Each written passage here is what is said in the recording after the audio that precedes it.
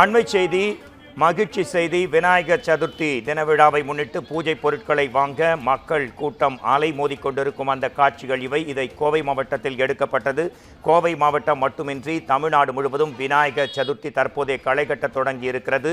செவ்வந்தி பூ கிலோ 400 ரூபாய்க்கும், அரளிப்பூ 300 முதல் 350க்கும் விற்பனை செய்யப்படுகிறது.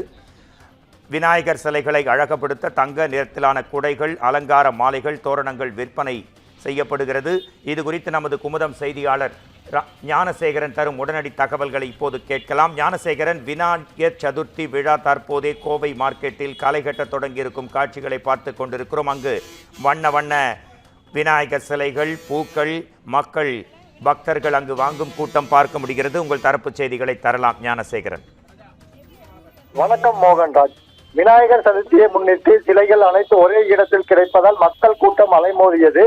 நாளை விநாயகர் சதுர்த்தி கொண்டாடப்பட உள்ள நிலையில் மக்கள் அனைவரும் பூக்கள், பூஜை பொருட்கள், விநாயகர் சிலைகளை வாங்கி விநாயகர் சதுர்த்தியை கொண்டாடுவதற்கு தயாராகி வருகின்றனர். கோவை பூ மார்க்கெட் பூக்கள், பூஜை பொருட்கள், விநாயகர் சிலை என அனைத்தும் ஒரே இடத்தில் விற்பனை செய்யப்படுவதால் அவற்றை வாங்குவதற்கு பொதுமக்கள் கூட்டம் அலைமோதியது. விநாயகர் சதுர்த்தி பெரும்பாலானோர் வாங்கும் செவ்வந்தி பூ கிலோ ரூபாய் 400 ரூபாய்க்கும், அரளிப்பூ கிலோ ரூபாய் 300 முதல் 350 ரூபாய்க்கும் விற்பனை ஆகின. அது மட்டுமின்றி எருக்கள மாலை, அருகம்புல், கொத்து ஆகியவை 20 ரூபாய் முதல் 40 ரூபாய் வரை விற்பனை செய்யப்பட்டன. அனைத்தும் ஒரே இடத்தில் கிடைப்பதால் அவற்றை வாங்குவதற்கு பொதுமக்கள் பலரும் பூ மார்க்கெட்டிற்கு வருகை புரிந்ததால் போக்குவரத்து நெரிசல் ஏற்பட்டது. அதே நேரத்தில் காவல்துறையினர் போக்குவரத்தை உடனுக்குடன் சரி செய்து வருகின்றனர். மேலும் விநாயகர் சிலை 1/2 அடி முதல் 3 அடி வரை பல வண்ணங்களில் பல விதங்களில் விற்பனைக்கு வந்திருக்கின்றன.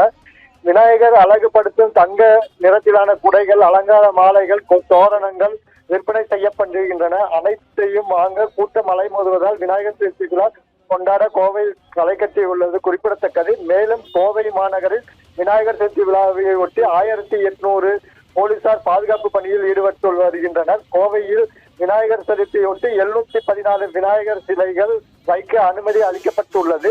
சிலைகளுக்கு தேவையான பாதுகாப்பும் அளிக்கப்பட்டு பாதுகாப்புக்காக 1800 போலீசார் நியமிக்கப்பட்டுள்ளனர். புனியமுத்தூரில் கொடி அணிவகுப்பும் நடைபெற்றது.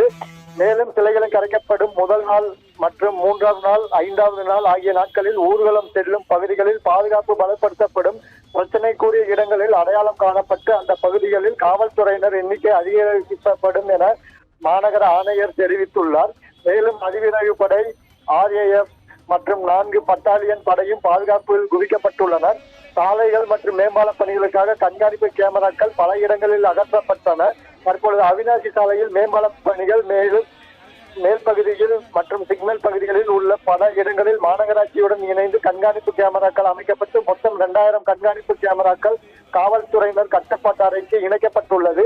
அதிவேகமாக செல்லும் வாகனங்கள் கண்காணித்து அபராதம் விதிக்க முக்கிய தேசிய நெடுஞ்சாலைகளில் 12 கேமராக்கள் இரவு பகல் என்று 24 மணி நேரமும் துல்லியமாக பதிவு செய்யும் நவீன கேமராக்களும் பொருத்தப்படும் என்று மாநகர காவல் ஆணையர் தெரிவித்துள்ளார்.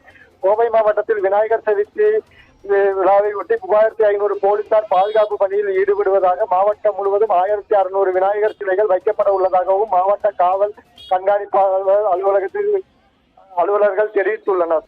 மோகன்ராஜ். நன்றி ஞானசேகரன். உங்கள் விரிவான விநாயகர் சதுர்த்தி தின விழா தகவலுக்கு நன்றி.